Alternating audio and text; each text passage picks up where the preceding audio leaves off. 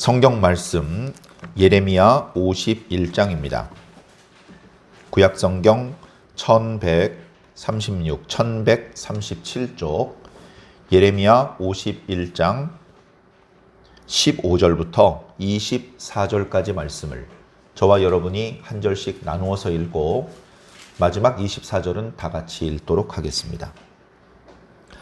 여호와께서 그의 능력으로 땅을 지으셨고 그의 지혜로 세계를 세우셨고 그의 명철로 하늘들을 펴셨으며 그가 목소리를 내신 적 하늘에 많은 물이 승인하니 그는 땅 끝에서 구름이 오르게 하시며 비를 위하여 번개를 치게 하시며 그의 곳간에서 바람을 내시는 들 사람마다 어리석고 무식하도다.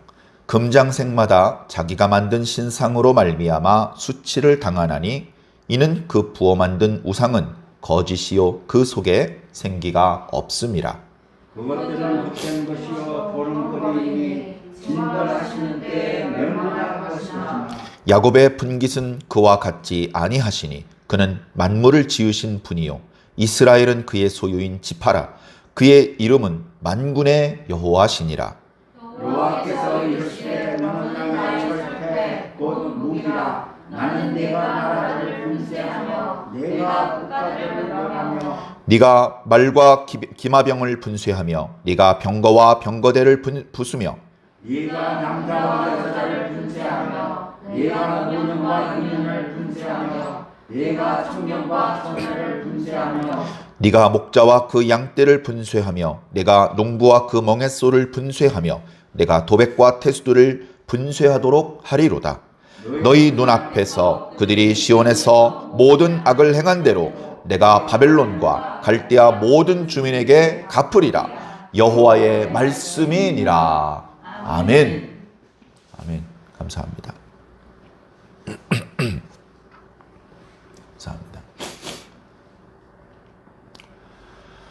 지난 한 주간에도 말씀을 묵상하면서 하나님의 뜻대로 살기 위해서 노력하다가 이렇게 주일날 아침이 되어서 교회에 와주시니 너무나 반갑고 감사합니다.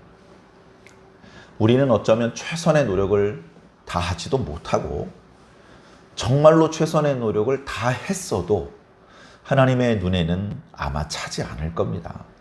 하나님은 완전하신 분이기 때문에 그 완전하신 수준을 우리가 만족해 드릴 수가 없죠.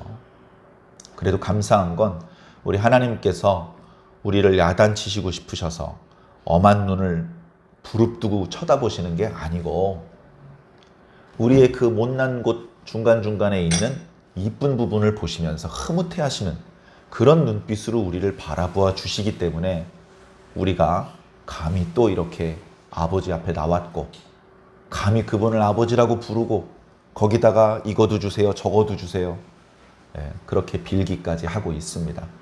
그래도 괜찮은 것은 우리가 상상하는 것 이상으로 하나님께서 힘이 세신 것처럼 자비가 많으시기 때문에 그렇습니다. 그러나 그 하나님의 크신 자비를 믿고 또 함부로 하나님을 대하면 안 되죠. 죄 지어도 돼. 또 용서해 주실 건데 뭐 이런 뻔뻔함을 가지고 있으면 죄값에다가 괘씸죄가 추가가 돼서 형량이 가중처벌됩니다.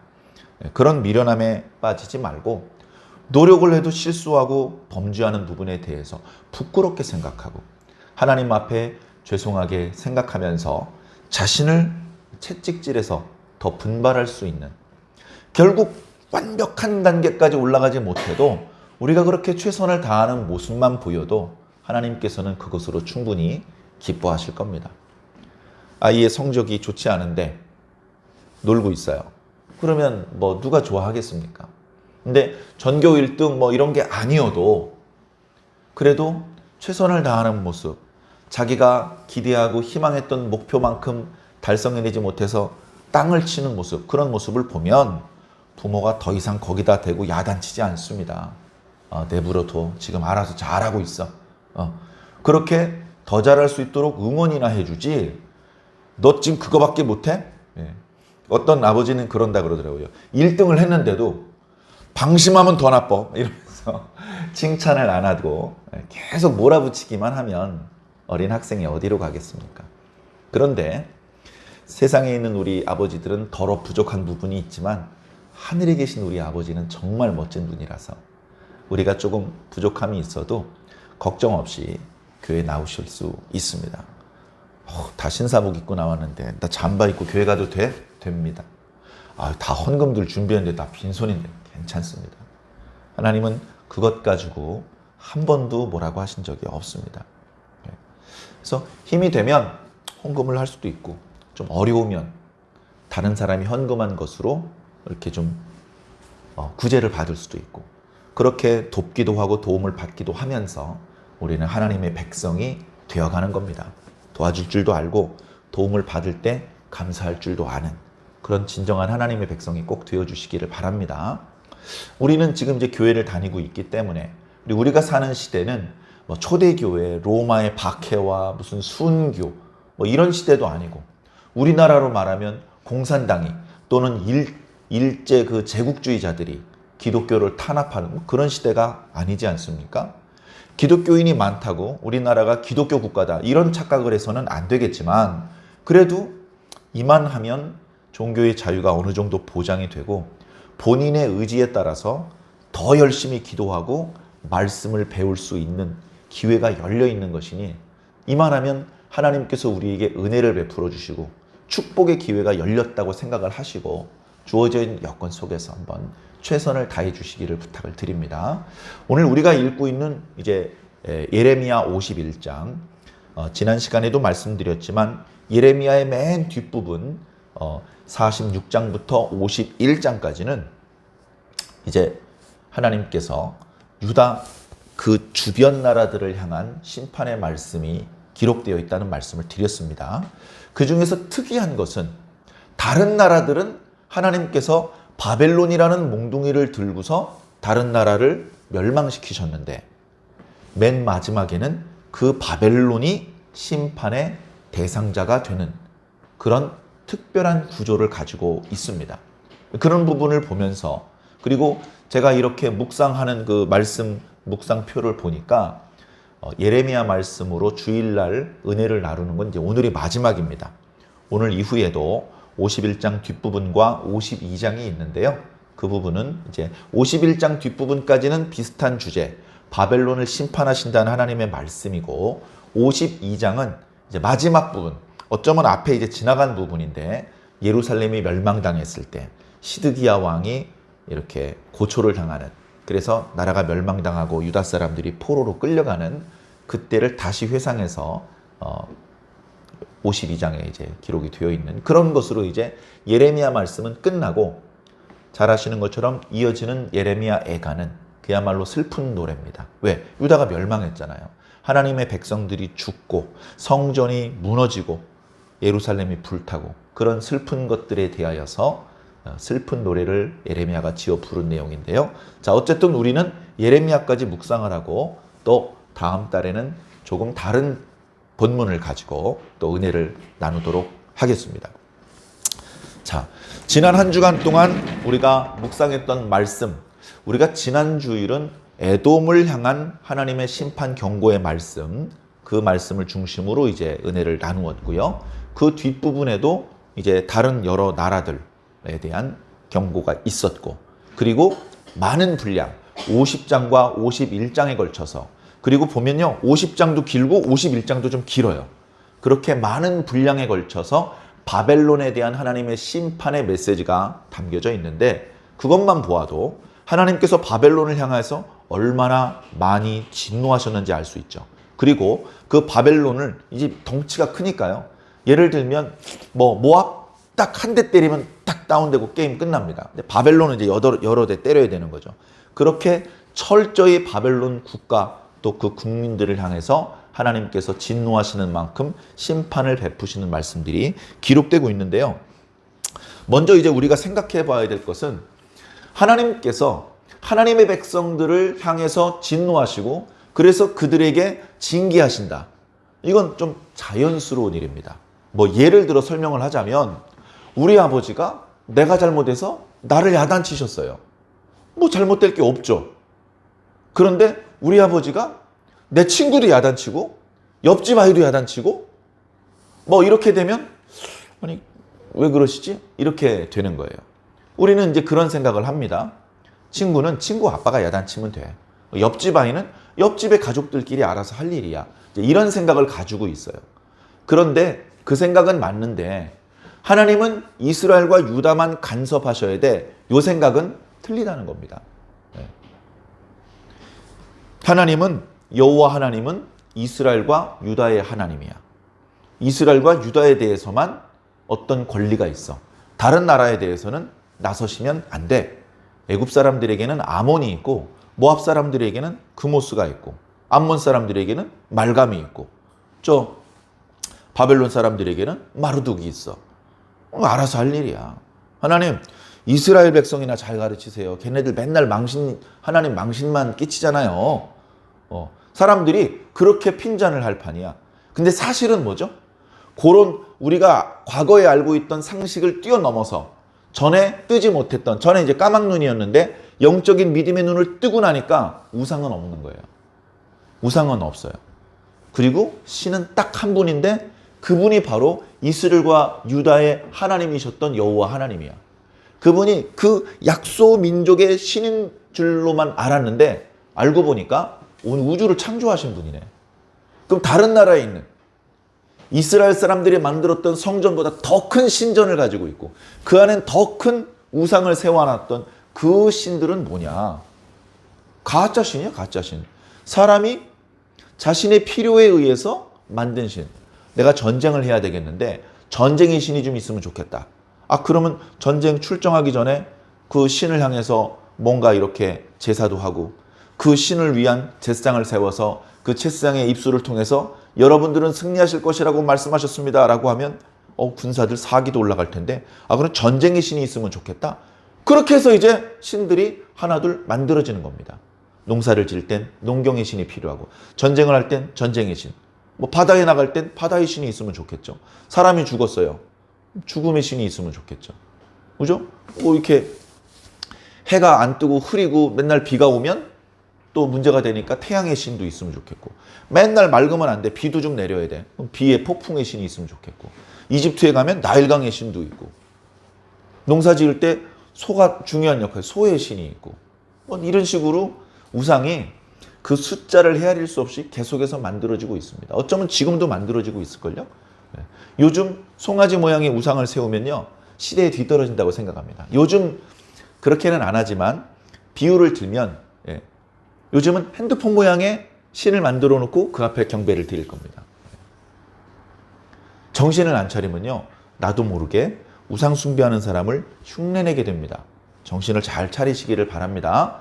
자, 그래서 하나님께서는 이스라엘과 유다뿐 아니고 그 주변 나라에 대하여 야단치시고 잘못했을 때 경고하시고 경고를 무시했을 때 정말로 심판을 베풀 충분한 자격과 권리가 있는 분입니다. 성경에는 안타깝게도 동쪽으로는 이렇게 엘람 정도밖에 안 나와요. 인도 쪽까지도 거론이 잘 안 돼요. 서쪽으로는 구약시대에는 잘해야 그리스도 아니고 히타이트, 그러니까 터키 반도 쪽 정도만 언급이 되고 신약으로 해봐야 로마 그리고 서바나 정도가 언급되는 정도입니다. 그렇게 성경의 세계관으로 보면 지구의 절반도 다 커버가 안 되는 것 같죠. 그러면 성경이 그렇게 언급되는 범위가 그 정도밖에 안 된다고 하나님의 신의 능력의 범위가 거기까지일까? 이제 믿음의 눈으로 하나님을 배우기 시작하면서 하나님의 능력은 한계가 없고 하나님의 범위는 끝이 없다는 것을 느끼면서 아니지. 동쪽으로는 이쪽으로 한 바퀴 뺑, 서쪽으로는 이쪽으로 한 바퀴 뺑, 북쪽으로 남쪽으로 위로 아래로 하나님께서 계시지 않고 하나님께서 보실 수 없는 곳, 그런 것은 없다라는 것을 이제 우리가 마음으로 고백을 합니다. 성경에 부지런히 하나님께서 아수르를 충동하시고 애굽왕 바로를 강팍하게 하시고 어떤 땐 바로를 어떤 땐 페르시아를 일으키시는데 그러면 그때 하나님께서 진나라를 일으키시고 당나라를 일으키시는 건 안 하셨겠습니까? 그건 우연 발생적에 자연의 어떤 통계역 그런 어떤 법칙에 맡겨놓으시고 이 이스라엘 백성이 있는 쪽만 아주 섬세하게 세밀하게 간섭하셨겠습니까? 능력이 모자라십니까? 그밖에 안 되십니까? 우주선을 타고 인간이 달을 밟았습니다. 하나님은 지구만 관장하시기 때문에 달로 가면 내가 못 도와주는데 거기선 기도해봤자 나한테 안 들려? 이렇게 하시겠습니까? 우주를 나가면서 우주가 워낙 광활하기 때문에 지구 같은 코딱지만한 그 행성에서 나는 이 신을 믿어 너는 저 신을 믿어 하는 게 우스워 보인다는 그런 과학자들의 말도 있지만 거꾸로 우주의 광활함을 깨달을수록 그 큰 우주를 만드신 하나님이 더 커 보이는 것이고 그렇게 우주가 크기 때문에 그 넓고 광활한 우주 가운데 지구는 어디 박혀 있는지도 모르는데 그렇게 작은 지구, 그 중에서도 작은 나를 아시고 내 이름을 부르시는 것이 얼마나 큰 은혜입니까? 그렇게 역으로 보면 믿음의 눈을 뜨고 보면 과학의 발전이 믿음을 훼손시키는 게 아니고 믿음을 더 크고 단단하게 만들어주는 것 같습니다. 여러분들도 모든 것들을 영적으로 파악하고 이해하고 해석할 수 있는 힘을 얻으셔서 여러 가지 주변의 정보들 때문에 믿음이 흔들리는 게 아니고 믿음이 더 단단해지시기를 바랍니다. 그래서 하나님은 이스라엘과 유다뿐 아니고 그 주변의 모든 것, 거기를 하나님께서 관장하시고 다스리시는 분이십니다. 그래서 하나님께서 그 주변 나라들을 야단치시고 징계하시는데 그 기준이 오늘은 기준이 이렇고 내일은 기준이 저렇고 그러면 이제 문제가 되죠. 국가에서 시험을 보는데 합격이 65점이었다, 75점이었다가 85점이 되면 다 불만이 가득할 겁니다. 왜 그렇게 합니까? 이거 불공평해. 이번 시험 무효야. 막 이렇게 사람들이 안 좋아할 겁니다. 그러나 하나님께서 베푸시는 심판은 어떠냐? 심판을 모면한 사람도 또는 그 심판을 피하지 못하고 뒤집어 쓴 사람도 그래, 하나님이 옳으셔. 하나님의 판단이 가장 정확했어. 하나님께서 지금 내리신 심판의 강도가 가장 적당했어. 그렇게 인정할 수밖에 없는 심판을 베푸신다는 겁니다. 그럼 나 같은 놈 지옥에 가야지. 그래 맞아. 저런 사람이 천국 가는 게 맞아. 하면서 지옥으로 가면서도 하나님의 결정에 대해서 인정하고 지옥으로 떨어지면서도 그런 결정을 내리신 하나님을 찬양할 수밖에 없게 만드시는 가장 지혜로우시고 가장 옳으신 하나님이라는 것이죠. 성경에 지난주에도 간단히 말씀드렸지만 교만 때문에 우상 숭배 때문에 그곳으로부터 시작되는 각종 불의와 부조리 때문에 심판하시는 겁니다. 야, 이스라엘은 나한테 11조 바쳤는데 모압은 안 바쳤지. 너 착하게 살았지만 죽어야 돼. 이런 게 아니고요. 심판을 베푸는 이유가 똑같은 거예요. 너는 왜 가난한 사람 불쌍히 여기지 않았니? 그런 겁니다. 그래, 하나님의 백성이 먼저 하나님의 뜻을 정확히 이해하고 하나님의 뜻대로 온전하게 살며 가까이 있는 이방 민족부터 하나님의 백성으로 하나님의 말씀을 가르쳐주고 하나님을 섬기는 방법을 가르쳐주는 그런 방법으로 하나님을 믿는 믿음이 이 세상에 퍼져나가시기를 바라셨지만 이스라엘은 주변 나라의 그런 선한 영향력을 행사하기보다는 주변 나라의 악한 것에 물들어서 하나님의 진노를 받는 1번 타자가 되고 말았습니다.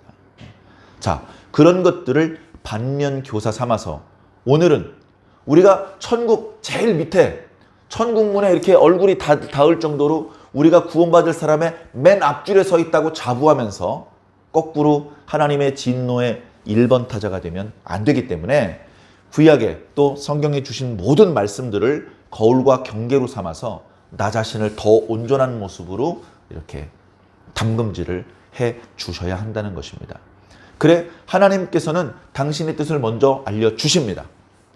그 기준에 미달했을 때 이 자식들 봐라 하면서 욱 해가지고 심판을 베푸시는 것이 아니라 참으십니다.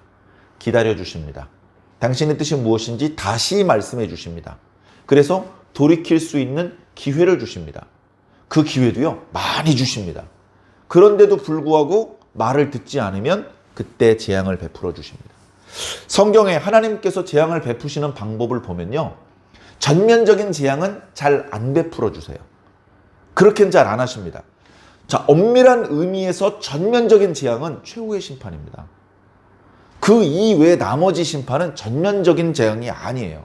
부분적인 재앙이죠. 그러니까 재앙을 받는 사람도 있고 저쪽에서 어떤 하나님의 재앙이 쏟아졌었대 라고 소식을 듣는 사람도 있는 것이죠. 그러면 재앙을 당한 사람은 재앙을 당할 수밖에 없는 이유가 있었겠죠. 누차에 걸친 하나님의 경고를 무시하고 기회를 거절했기 때문에 멸망을 당한 것이고, 그 옆에 그 소식을 듣는 사람은 그렇게 하나님의 경고를 무시해서 심판을 받는 이야기를 통해서 교훈을 받아야 되는 것이죠. 종종 말씀드렸던 것처럼 아모스 선지자가 활동할 때에 북이스라엘이 하나님 마음에 안 들었어요. 하나님께서 너희들 그런 식으로 하면 심판하신다고 하셨다. 그러니까 그렇게 어긋난 길로 가던 것을 중단하고 하나님께 돌아오라. 그렇지 않으면, 돌아오지 않으면 하나님께서 심판을 베푸신다. 심판을 베푸셨어요. 그 심판이 지진인 줄 아모스도 몰랐습니다. 그런데 말씀을 전하고 다시 자기 고향으로 돌아와서 지진이라는 심판을 베푸셨다는 것을 깨닫고, 아, 내가 증거한 대로 하나님께서는 북이스라엘의 재앙을 베푸셨구나. 그걸 깨닫고 말씀을 기록하기 시작을 했죠. 지진이 일어난 것을 보고 북이스라엘 사람들이, 아, 하나님께서 살아계시구나. 하나님께서 예전에 아모스라는 사람을 통해서 주셨던 말씀은 정말로 하나님의 말씀이었구나. 그리고 정말로 하나님께서 진노하시면 심판을 내리시는데 우리가 감당할 수 없는 강도로 찾아오는구나. 그것을 교훈 삼아 이제부터라도 회개해야지. 이제부터라도 조심해야지. 하나님께서 싫어하시는 것들은 걷어내고 하나님께서 좋아하시는 방법으로 살아야지. 이랬다면 북이스라엘이 멸망 안 당했겠죠. 교훈을 못 받았어요. 하던 짓을 더 열심히 했습니다. 하나님의 진노를 더 끌어오르게 했고 하나님의 심판을 자꾸 부추겼습니다. 그래서 하나님께서는 지진 정도가 아니고 아수르의 군대로 북이스라엘을 밀어버리셨어요. 북이스라엘이 시리아, 아람하고 동맹을 맺어서 아수르 정도는 막을 수 있을 거라고 생각을 했어요. 하나님께서 말씀하셨죠. 아수르를 의지해? 애굽을 의지해? 그건 너희가 의지할 만한 존재가 아니야. 너희가 의지할 만한 든든한 버팀목은 여호와 하나님뿐이야. 그런데 말씀을 안 들어요. 도움을 청했으면 하나님께서 도와주셨을 텐데 하나님은 끝끝내 찾지 않고 계속해서 엉뚱한 것을 의지하고 있습니다. 그러니까 북이스라엘이 멸망하는 거예요. 북이스라엘이 멸망한 것은 보통 사건이 아닙니다. 이스라엘은 12지파거든요. 북이스라엘의 멸망은요, 그 중에 10지파가 사라지는 엄청난 사건입니다. 그런 엄청난 일을 남한국 유다가 봤잖아요. 그리고 그때도 이사야 선지자와 히스기야 왕이 아니었으면 남한국도 쓸려 없어져 버리는 겁니다. 그런데 목숨을 건 그들의 간절한 기도에 하나님께서 아수르의 군대를 하룻밤에 18만 5천 명을 죽이셨잖아요. 그래서 구출을 받을 수 있는 거예요. 북이스라엘의 멸망을 보고, 야, 우리도 하나님의 경고의 말씀을 거역하고 또 회개할 수 있는 기회를 걷어차면 우리도 저렇게 하나님께 야단 맞을 수 있겠구나. 그렇게 교훈으로 받고 조심했어야 되는데 선지자들마다 뭐라고 말했냐면, 북이스라엘이 배역했으면 남유다는 패역했다. 너희들이 더 심해! 라고 말씀하시는 거예요. 그러니까 이게 하나님을 보아야 됩니다. 하나님을 의지해야 됩니다. 하나님에게 아킬레스건이 있나요? 아킬레스건을 꽉 쥐고 이것만 쥐고 있으면 하나님도 어쩔 수 없어. 소가 힘이 세기 때문에 힘으로는 사람이 소를 밀치고 이렇게 할 수 없죠. 그러나 콧뚜레를 하고 멍에를 올려놓고 그렇게 해가지고 잡아당기면 아프니까 끌려오는 겁니다. 힘이 약해서 끌려오는 게 아니고. 우리가 하나님의 코에 콧뚜레를 뚫어가지고 그걸 잡아당겨서 하나님을 이리 끌고 갔다 저리 끌고 갔다 할 수 있습니까? 하나님 그거밖에 안 됩니까? 그게 안 된다는 걸 알아야 되는데 유다는 그걸 몰랐다는 거예요. 괜찮아. 죄 지어도 돼. 심지어 우상숭배해도 돼. 그거 안 되는 거 아니야? 괜찮아. 11조 바치면 된다 그러더라고. 11조 바치면 된대. 누구 맘대로 11조 바치면 죄가 저절로 용서되고 아무리 죄를 많이 지어도 또 용서받는다 그랬습니까? 제가 처음에 말씀드렸던 것처럼 괘씸죄가 가중되는 거예요. 그따위 11조, 그따위 제사 받고 싶지 않다. 믿음과 사랑, 감사와 경외심이 담겨있는 제사는요, 그 제사의 연기가 하늘로 올라가요. 기쁘게 그 연기를 하나님께서 받으십니다. 그런데 그런 외식, 하나님을 향한 경외심은 눈꼽만치도 없으면서 하나님 이거 드리니까 됐죠? 이거 먹고 떨어지세요. 바쁘실 텐데 볼일 보세요. 그리고서 마음껏 죄를 지려고 하는 그런 사람들이 성전에 오니까 야 성전문 좀 누가 닫았으면 좋겠다. 너희들이 드리는 번제는 내 눈을 찌르고 코를 찌르는 고약한 연기로구나. 그렇게 말씀하시는 겁니다. 우리도 그런 생각을 할 수 있어요. 어떤 선교사님이 그러더라고요. 선교가 가든지 보내든지 해야 되거든요. 내가 직접 선교 현장에 뛰어가든지 내가 그럴 수 없으면 선교 현장에 뛰어가는 사람을 보내야 돼. 기도로 후원해야 되고 물질로 후원해야 돼. 그런데 대부분의 성도들이 물질로 후원하면 현장에는 안 가도 되는 줄 알아요. 자, 아프리카만 현장이 아닙니다. 우리 집도 현장이고요. 우리 옆집도 현장이고 내 직장도 내 학교 다 선교 현장이에요. 거기에서 선교 안 하고 있으면 선교의 현장에 안 간 겁니다. 그럼 보내긴 한 겁니까? 아무것도 안 한 게 되는 것이죠. 그래서 그냥 이거를 내가 직접 안 하고 뭐 돈으로 뭐 이렇게 대신 이렇게 땜빵을 이런 생각을 버려야 됩니다. 자, 그래서 하나님께서는 유다뿐 아니라 그 주변 나라를 징벌하십니다. 과거의 아수르나 또 다른 나라들과 달리 바벨론을 통해서 그 주변 나라들을 휩쓰실 때에는 이렇게 느낌이 어떤 느낌이냐면요. 아이고 이게 뭐 이렇게 캔버스가 지저분해져 있네 해가지고 하얀색 그 페인트로 다 포장을 해버리는 거예요. 덮어버리는 거예요. 다 지워버리는 거죠. 그래서 다시 깨끗한 캔버스를 만들고 새로운 그림을 그리시려고 하는 것처럼 완전히 지워버리시는 겁니다. 그래서 실제로 바벨론이 그 주변 나라를 정벌한 이후에는 그 나라들이 바벨론이 패망한 이후에 회복이 안 됩니다. 복구가 안 돼요. 바벨론 때 멸망한 나라는요. 바벨론이 멸망한 이후에 다시 독립을 하거나 이런 게 안 돼요.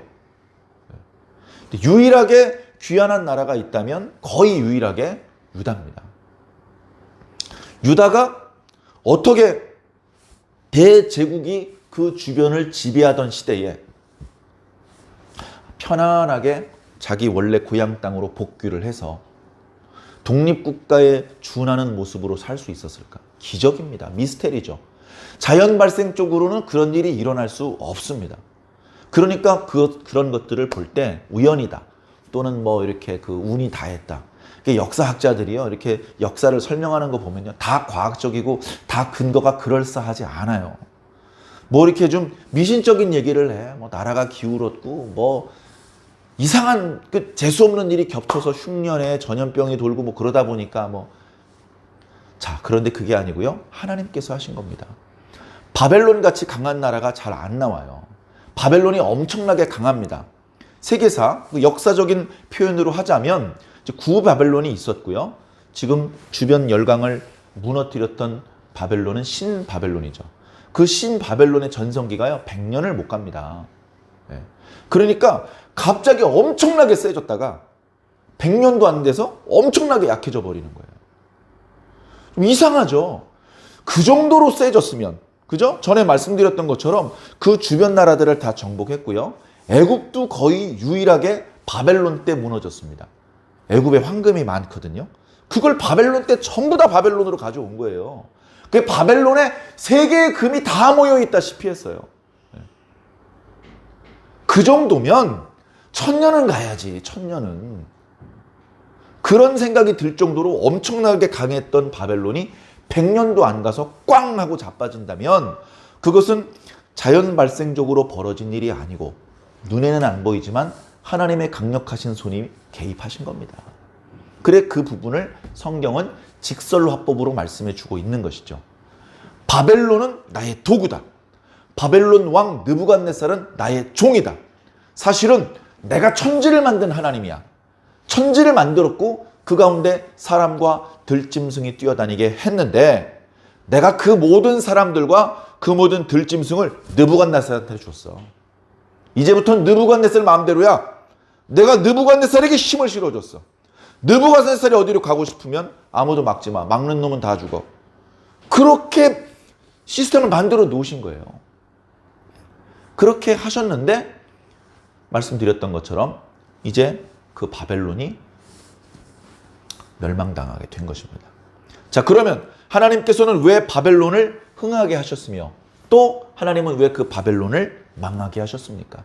흥하게 하신 것은 말씀하신 대로 하나님께서 그동안 누차에 걸쳐서 경고하셨고 회개의 기회를 주셨는데 누구에게? 유다에게. 그리고 그 주변 나라들에게. 그런데 그 기회를 걷어차고 오히려 방자한 모습을 보였기 때문에 하나님께서 이제는 심판을 내리기로 결정을 내리셨습니다. 이게 구약의 말씀들을 쭉 읽어보면요. 하나님께서 이미 히스기야에 붙인 아하스 때 유다에 대해서 마음을 접으셨어요. 그리고 히스기야 때 희망을 품으셨다가 그의 아들 므낫세 때문에 유다는 반드시 멸망시켜야지. 이런 결심을 하게 됐습니다. 그런데 요시야를 보고 요시야가 살아있는 동안에는 멸망시키지 말아야지. 그런데 이제 요시야가 죽고서 곧바로 유다가 기울기 시작한 것입니다. 하나님께서 그렇게 정하신 것, 뒤늦게 회개한다고 바뀔 수가 없는 지경이 되어버린 것이죠.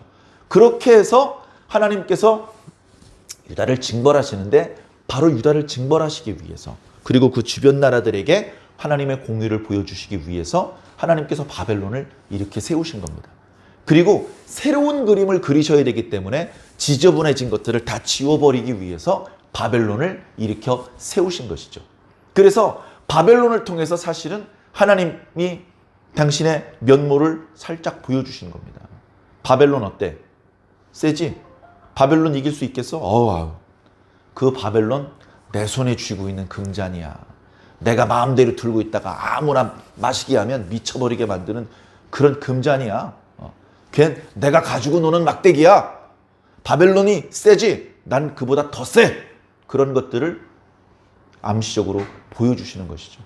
그러나 그랬던 바벨론이 도로 멸망한 이유는 그렇다면 무엇일까요? 바벨론이 멸망해야 돼요. 바벨론이 멸망해야 돼요. 바벨론이 하나님의 백성들을 징벌하면서 이런 말을 했다고 예레미야서는 기록하고 있는데 뭐라고 말했냐면 우리는 유다 백성들을 죽이지만 우리는 잘못이 없다. 우리는 죄가 없다. 왜? 이 유다 백성들이 하나님께 범죄를 했기 때문에 우리는 그 하나님께 범죄한 유다 백성들을 혼내주라는 명을 받고 와서 혼내주는 것뿐이야.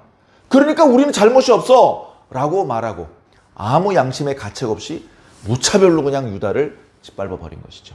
그 부분에 대해서 하나님은 어떤 의결심이시냐? 이런 괘씸한 놈. 이런 괘씸한 놈. 우리가 요즘 쓰는 표현으로 표현하자면 네가 선을 넘었구나.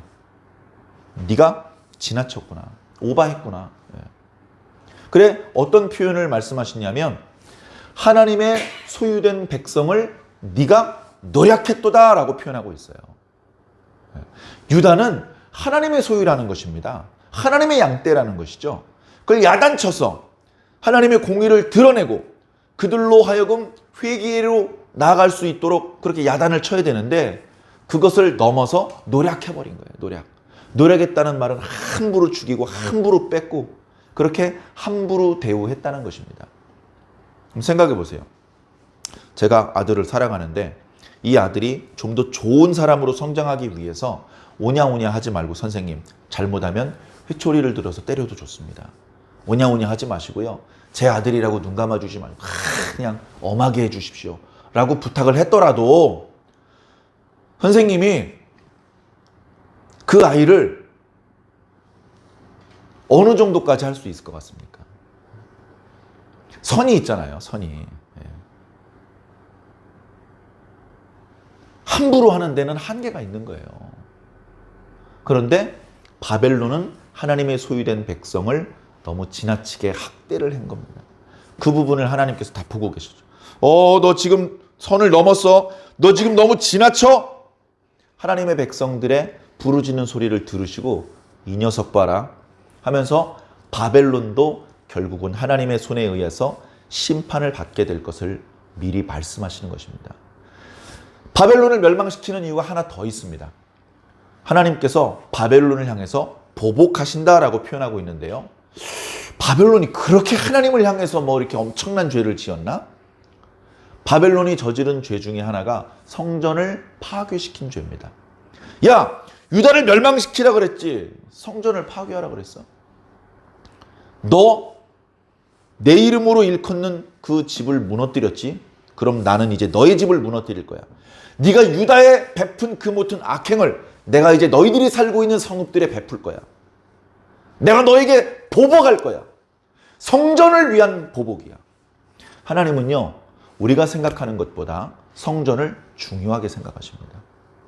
여러분, 이스라엘 백성, 유다 백성들이 유다가 멸망해서 바벨론으로 포로로 끌려갔다가 페르시아 시대 때 돌아오잖아요.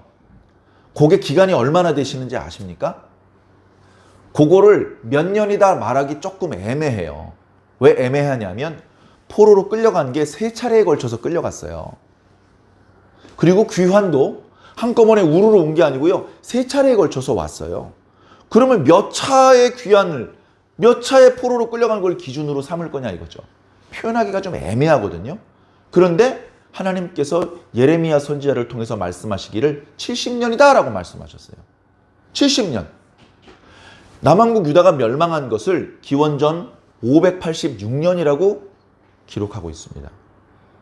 근데 실질적으로 예루살렘이 함락돼서 시드기야의 멱살을 느부갓네살이 꽉 이렇게 움켜쥐었을 때는 기원전 587년이에요. 그러나 역사는 586년에 유다가 망한 것으로 기록하고 있죠. 그 해에 성전이 파괴됐기 때문에 그래요.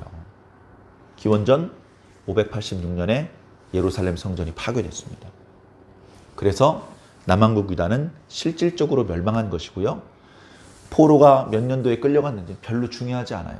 그렇게 해서 포로로 끌려갔고 거기서 하나님의 뜻에 따라서 또 귀환하는 유대인들이 있는데 왜 귀환을 했습니까? 고향이 그냥 좋으니까? 귀환하고 싶다고 고향 좋은 줄 몰라서 그동안 안 간 게 아니잖아요. 더 강한 힘으로 붙잡혀 있으니까 가고 싶어도 못 가고 있었던 거잖아요.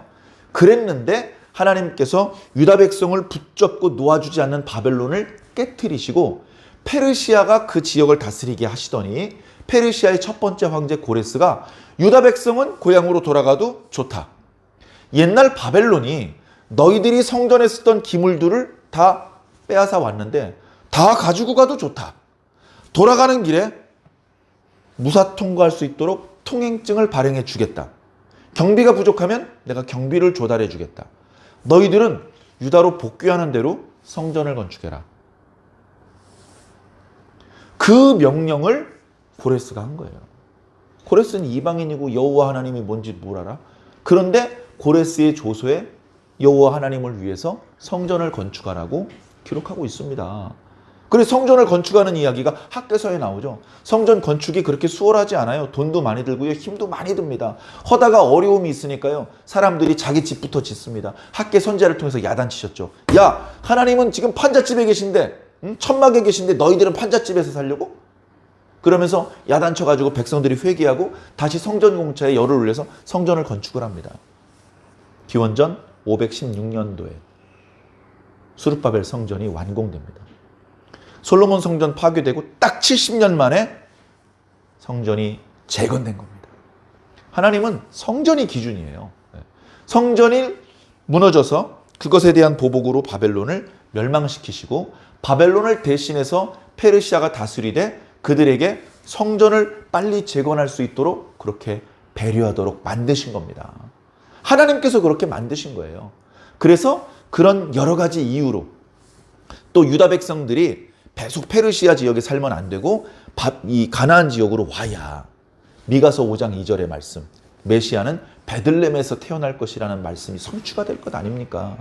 하나님의 큰 그림 속에서 허망하게 조그만한 나라들이 멸망하고 대제국을 이쪽 사람들이 다스렸다 저쪽 사람들이 다스렸다 하는데 그것을 믿음과 어떤 영적인 눈을 가지지 못한 채로 바라보면 정신없다 어지러워 뭐 이렇게 생각할 수 있는데 믿음의 눈을 가지고 보니까 이 모든 것들이 하나님께서 인류를 구원하기 위한 구속하시기 위한 큰 그림 가운데 하나님께서 역사의 수레바퀴를 돌리시는 과정이구나 라는 것을 마음속으로 느낄 수 있는 것이죠. 여러분들은 그게 지금 느껴집니까? 그런 것들을 막 선명하게 느껴지지 않더라도 마음속으로 좀 느끼기 위해서 애를 쓰시길 부탁드립니다. 기도하면서. 자, 우리나라는요, 지금 국제적인 위상이 많이 올라갔죠. 그렇게 올라간 것도 하나님의 뭔가 뜻이 있는 것입니다.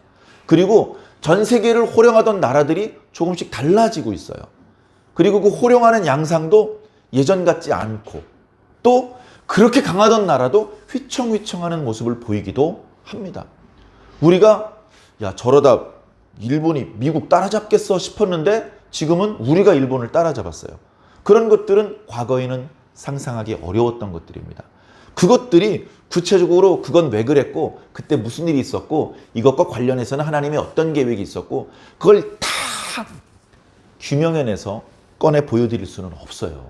그러나 잘은 모르겠지만 이것은 우연히 발생되는 일이 아니고 과거로부터 태초로부터 지금까지 하나님께서는 한시도 이 우주에 대한 주도권을 놓아보신 적이 없기 때문에 지금도 여전히 하나님께서는 만국을 다스리고 계시고 만국 백성들의 생사화복을 관장하고 계신다. 그런 것들에 대한 믿음이 생기면요 이제 조금 마음의 평안이 생깁니다. 내가 지금 조그만한 일 가지고 지금 근심천만 며칠째 밤잠을 설치는데 야 전능하신 하나님은 온 우주를 다스리시는데 그 하나님이 내 이름을 아시는데 뭐가 걱정이야? 그런 믿음을 근거로 한 안도감이 생길 수 있습니다. 그런 믿음이 여러분들에게 차곡차곡 쌓여 가시기를 간절히 소망합니다. 그런 믿음이 없으면 살 수 없는 때가 옵니다. 놀라움을 옷 입듯 한다 그랬는데요. 지금도 벌써 몇 겹 입었잖아요. 하나 놀랐던 것에 대해서 마음의 안정감을 회복하지 못한 채로 또 다른 놀란 일이 자꾸 생기면 요즘 젊은이들 쓰는 표현으로 멘붕이 옵니다. 멘붕이 오면요 정상적으로 생각하고 판단을 내리지 못해요. 다 우왕좌왕합니다. 나이 먹은 어른들이 많이 배운 학자들이요 뭐 속된 표현으로 바지에 오줌을 싸는 그런 상황이 되고 나면 이제 그 환난을 극복하기 위한 대비가 안 되는 것이죠. 우리가 의지할 수 있는 분은 하나님밖에 없으니 하나님을 더 굳세게 붙잡아 주시기를 부탁을 드립니다. 바벨론의 멸망과 관련해서 빠뜨릴 수 없이 꼭 드리고 싶은 말씀은요 영적인 의미가 담겨져 있는 말씀입니다. 바벨론의 멸망은 그냥 바벨론의 멸망이 아니에요. 물론 아수르가 멸망하고 바벨론이 일어났습니다. 바벨론이 멸망하고 페르시아가 멸망하고 알렉산더의 그 그리스 제국 그게 금방 또 멸망하고 뭐 셀류시드 왕조 그게 또 로마의 압제를 당하고 뭐 이제 세계사는 계속 흘러가죠. 지금 그 지역 아직도 시끄럽습니다. 한 나라가 막 이렇게 다 지배하지 않고요. 서로 으르렁 됩니다. 또 석유도 많이 나서 돈도 많아요. 함부로 조그만 나라라고 무시할 수도 없고 아주 복잡한 양상을 띠고 있습니다. 그래서 바벨론의 멸망을 이렇게 간단하게 말씀드릴 수는 없지만 영적인 의미가 있는 것이에요. 여기 나와 있는 이런 표현들 바벨론이 무너지고 그곳에 살고 있던 하나님의 백성들이 귀환하는 사건은 실제로 벌어지기도 했지만 매우 드라마틱하며 영적으로 던져지는 메시지가 너무나 큽니다. 그래서 오늘 예배 시작할 때 읽어드렸던 묵도 말씀이 50장 4절 5절 말씀을 읽어드렸는데요. 바벨론의 심판, 바벨론이 멸망할 것이라는 소식은 바벨론 사람들이 들으면 기분 나쁘고 속상한 소식이죠. 그러나 유다 사람들 어떤 마음이겠습니까? 좀 그렇게 됐으면 좋겠다. 우리가 일본의 압제를 받았을 때 우리가 무슨 뭐 큰 부자가 된 건 아니지만 일본이 항복했다는 소리에 저절로 만세를 하지 않았습니까? 왜? 너무 짓눌려서 고생을 많이 했으니까. 똑같은 상황이죠. 바벨론에게 눌려가지고 유다 백성들이 힘을 못 쓰고 그렇게 고통 가운데 지내다 보니 바벨론이 무너진다면 우리가 그 압제에서 놓일 수 있지 않을까? 우리가 우리 고향 유다 땅으로 돌아갈 수 있지 않을까? 그런 소망을 품게 되는 것이죠. 물론 소망만 품는다고 지 멋대로 갈 수 있는 것은 아닙니다. 바벨론이 다스리던 땅을 페르시아가 다스렸는데 페르시아의 황제가 가도 좋다라고 말하지 않았으면 페르시아 때가 돼도 못 가는 거예요. 그러나 하나님께서 성전 재건을 위해서 역사의 수레바퀴를 돌리셨기 때문에 귀환이 가능했던 것입니다. 그러니까 바벨론에 살고 있던 하나님의 백성이 바벨론 밖으로 나오는 것은 자기가 소망한다고 되는 게 아니라는 겁니다. 여러분, 교회 다니는 사람 치고 천국 가기를 바라지 않는 사람이 있을까요? 없죠? 그러면 천국 가기를 바라는 사람은 100% 다 갈 수 있을까요? 그건 좀 대답하기가 어려워요. 그죠? 그리고 성경에는 소망한다고 다 가는 게 아니다. 구원자의 수가 희소하다. 이런 약간 부담스러운 말씀도 있는 겁니다. 그럼에도 불구하고 우리는 천국을 소망하고 있고 반드시 들어가고 싶어 합니다. 그렇기 때문에 말씀을 건성건성 보면 안 되겠죠. 말씀을 끝까지 보고 끝까지 하나님 나라에 합당한 자로 인정을 받아야 되겠죠. 예. 그래 하나님께서 당신의 백성들을 구원시키시며 그들에게 평안과 행복과 번영을 주시기 위해서는 하나님의 백성을 짓누르고 압제하던 바벨론을 먼저 무너뜨려야 됩니다. 문제는 뭡니까? 바벨론이 무너질 때 하나님의 백성들이 안 나오고 그 속에 있으면 하나님의 백성도 멸망을 같이 당할 수 있다는 겁니다. 하나님께서 소돔과 고모라 시대에 많이 화가 나셨습니다. 애지간하면 최후의 심판 때까지 보류하시는데 이 소돔과 고모라는 그때까지 기다릴 수가 없고 지금 당장 심판을 해야 돼. 어느 정도로? 최후의 심판 정도의 강도로 그 지역을 완전히 뭉개버리고 싶으신 거예요. 그렇게 하늘로부터 불과 유황이 비 오듯 쏟아지면 제 아무리 아브라함의 조카라 할지라도 불타 죽는 겁니다. 어떻게 해야 삽니까? 나와야 삽니다. 아이씨 벌어놓은 거 다 여기다 쟁여놨는데 두고 나와야 됩니다. 두고 나오면 벌써 잠자는 거 불편하고 당장 먹고 살 일이 막막해지겠죠? 그래도 살려면 나와야 됩니다. 그래 하나님께서 두 천사를 보내셨어요. 롯이 마음에 들어서가 아니고 아브라함을 생각해서. 그래서 두 천사를 보내셔가지고 하나님의 계획을 미리 말씀해 주시는데 롯이 믿기는 하는데 발이 안 떨어져. 여러분 교회에 이런 성도 정말 많습니다. 믿기는 하는데 행동으로 옮기지를 못하는 그런 경우죠. 그래 못 나가고 있습니다. 못 나가고 있어요. 정말 감사한 것은 하나님께서 롯과 그의 가족들을 구원하기 위해서 두 천사가 두 사람씩 손목을 잡고 강권으로 끌어냈다 그랬어요. 지금 나가면 안 되는데 하면서 끌려 나간 거예요. 그래서 살은 겁니다.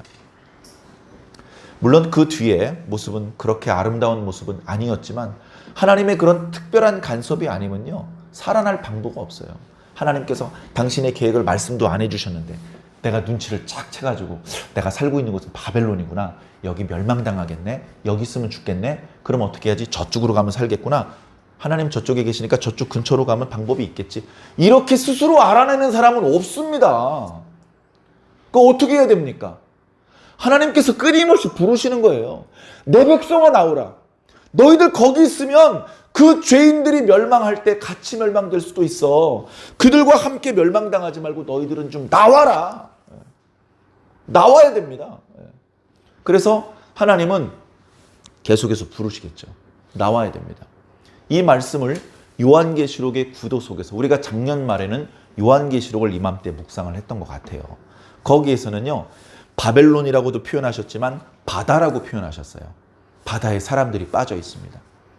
바다는 하나님의 진노가 쏟아질 그런 세상을 상징하는 그런 비유의 표현이었습니다. 그런데 거기 있는 사람을 다 죽이는 걸 원하지 않으시고 몇몇 사람을 구원해내시기를 원하셔요. 그래서 바다를 향하여 내 백성은 나오라라고 말합니다. 그래서 바다에서 나와서 몇몇 사람들이 해변에 서 있습니다. 해변에. 해변은 목적지가 아닙니다. 해변은 목적지가 아니고요. 목적지는 시온산이죠. 시온산으로 가기 위해서 바다에서 일단 해변으로 나와야 됩니다. 몸도 말리고 좀 이게 방향을 좀 봐야 되는 것이죠. 그런데 그 해변은 평화로운 곳이 못 돼요. 한쪽에서는 계속해서 시온산으로 올라와야 돼. 힘들지만 인내해야 된다. 내가 너를 떠나지 않고 계속 도와줄 것이다. 그런 주님의 음성도 들리고 또 다른 쪽에선 마귀가 막 다양한 위력을 보여주면서 계속해서 하나님의 백성들을 미혹해서 다시 바다에 집어 던지고 있는 그런 영적인 치열한 전쟁이 벌어지고 있는 곳입니다. 그래서 우리가 그런 영적인 상황 속에 있다는 것을 잊지 말자. 그런 의미에서 현수막을 이렇게 1년 동안 걸어놓고 있는 것입니다. 우린 해변 광야에 서 있다. 그런 영적인 의미. 그러니까 예레미야서 말씀도 마찬가지죠. 바벨론에 있으면 안 돼. 내 백성아 나오라. 오늘 묵도 말씀으로 읽었던 말씀을 보니까 내 백성이 돌아오는데 울면서 돌아올 것이다. 울면서. 요한계시록 말씀에 보니까 하나님의 백성이 울고 있잖아요. 우니까 하나님 어떻게 해주십니까? 눈물을 닦아주시는 거예요. 눈물을. 거기서 눈물이 안 나오면요. 하나님의 백성이 아닐 수도 있습니다. 여러분 눈물이 나야 될 때는 나야 됩니다. 자, 한번 생각해 보세요. 내가 방금 포카리 스웨이트를 마셨어요. 네. 근데 누가 물 좀 드세요 하고 물을 줬는데 그냥 맹물이야. 그리고 이렇게 보니까 컵도 잘 안 닦은 것 같아. 그거 마시겠습니까? 그 준 사람 성의를 생각해서 받아는 두겠지만 바닥에 저 같으면 버릴 것 같습니다. 그런데 이틀을 물을 못 마셔서 입술이 바짝바짝 말라가지고 물 하는 사람한테 수돗물을 줘도요 벌컥벌컥 마십니다. 물맛이 꿀맛이네요 이러고 마실걸요.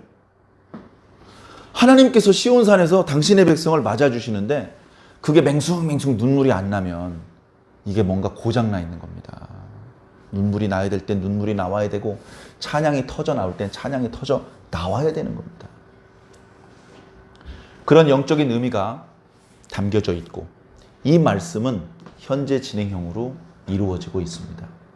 우리는 그냥 세상에 살고 있습니다.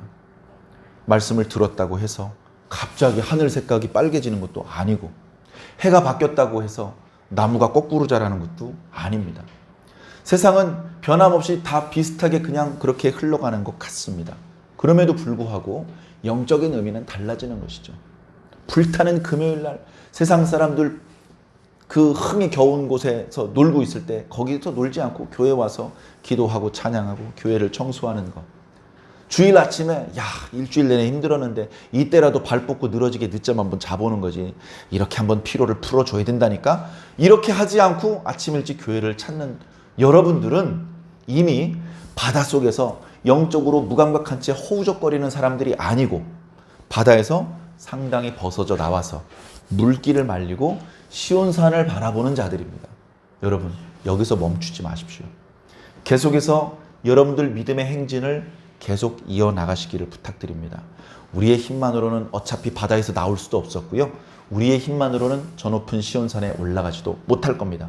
그러나 한시도 우리를 떠나지 않으시는 주님께서 우리를 건져주셨고 계속해서 우리를 인도에 이끌어 주실 것이기 때문에 우리가 너무 힘들어서 또는 잠깐 한눈판을 올라가는 것이 자꾸 더뎌질 때 소돔성의 롯을 강권에서 끌어당겨 주셨던 것처럼 여러분들을 강권에서라도 기도하게 만드시고 찬양하게 만드시고 하나님의 백성으로 만들어 주셔서라도 여러분들을 천국으로 인도해 주실 것입니다. 그런 믿음을 가지고 오늘 하루하루도 승리하는 생활을 이어나가시기를 주님 이름으로 간절히 축원드립니다. 기도하겠습니다. 사랑의 하나님 감사합니다. 우리들은 우리가 있는 곳이 멸망받을 바벨론인지도 잘 모릅니다. 우리는 하나님께서 우리를 구원하기 원하시며 우리를 계속해서 우리 곁을 지키시고 이끌고 계신지도 못 느꼈습니다. 그러나 말씀 가운데 하나님의 큰 그림을 바라보게 되고 하나님의 뜻과 계획을 깨닫게 되면서 우리가 받고 있는 은혜가 얼마나 놀라운지 우리를 향한 하나님의 사랑이 얼마나 세심한지 깨닫게 됩니다. 천지를 만드신 하나님께서 그 강력하신 위력으로 그 놀라우신 지혜로 당신의 백성 하나하나를 살피시며 지키시며 보호하시고 인도하여 주시니 주여 감사합니다. 주님 어리석게 두려워하지 않게 하여 주시옵소서. 미련하게 세상을 바라보며 부러워하지 않게 하여 주시옵소서. 유일하게 살아계신 하나님만을 믿고 의지하며 당신의 음성만을 쫓아갈 수 있도록 주님 인도하여 주시기를 간절히 소망합니다. 말씀은 다 이루어질 것입니다. 하나님 아버지 이 세상은 멸망될 것입니다. 그럼에도 불구하고 다 죽지 않고 하나님의 소유된 백성들이 하나님의 말씀에 매달려 하나님께서 잡아당기실 때에 건짐을 받을 줄로 믿습니다. 그 은혜 안에 영원히 머물 수 있도록 주님 붙잡아 주시옵소서. 감사하며 예수 그리스도의 이름으로 믿고 기도하옵나이다. 아멘. 감사합니다.